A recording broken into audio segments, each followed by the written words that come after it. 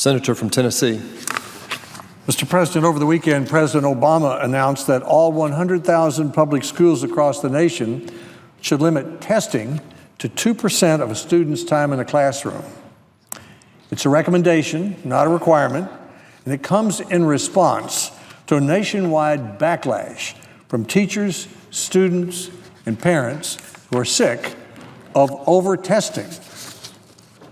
I was glad to see the president's comments.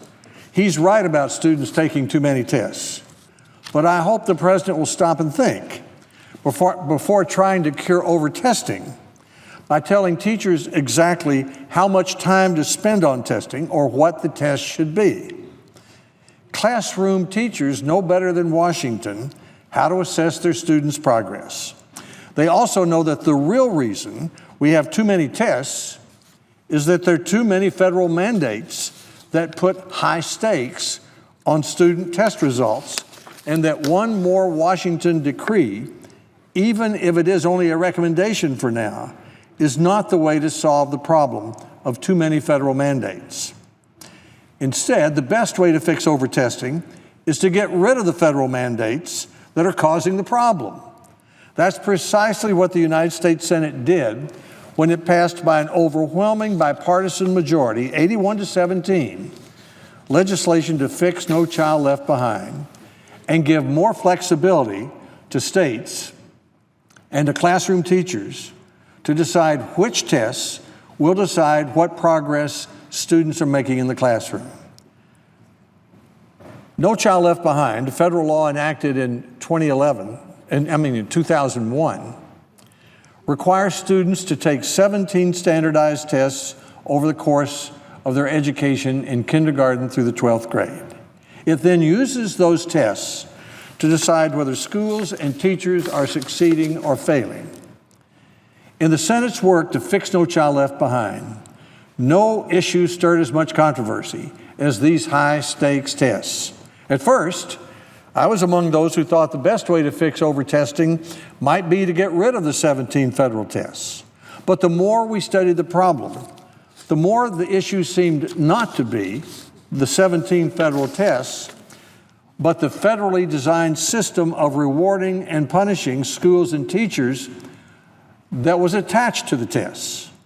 A third grader, for example, is required to take only one test in math and one in reading. Each of those tests probably takes 1 or 2 hours, according to testimony before our committee. But here's the problem. The results of these tests count so much in the federally mandated accountability system that states and school districts are giving students dozens of additional tests to prepare for the federal tests. A new survey says students in big city schools will take on average 112 mandatory standardized tests between pre-kindergarten and high school graduation. That's 8 tests a year. One Florida study showed that a Fort Myers school district gave more than 160 tests to its students. Only 17 of those are federally required. So, after hearing this, the Senate decided to keep the federally required 17 tests. That's 2 annual tests in reading and math in grades 3 through 8, and once in high school, as well as science tests given 3 times between grades 3 and 12. We also kept the practice of reporting results publicly, so parents and teachers know how their children are performing.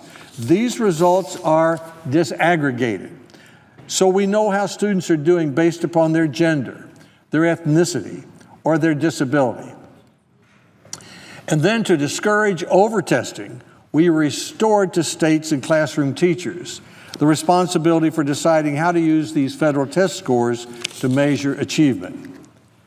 Mr. President, the Senate bill ends the high-stakes, Washington-designed, test-based accountability system that has caused the explosion of tests in our local schools.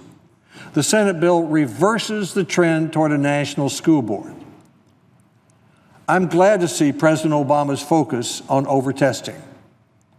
But let's not make the same mistake twice by decreeing from Washington exactly how much time to spend on tests or what the tests should be. States and 3 million teachers in 100,000 public schools are in the best position to know what to do about overtesting our children. Both the Senate and the House of Representatives have now passed similar bills to fix No Child Left Behind and to reduce the federal mandates that are the real cause of overtesting. The best way to have fewer and better tests in America's classroom is for Congress to finish its work and the President to sign our legislation before the end of the year. Mr. President, I yield the floor.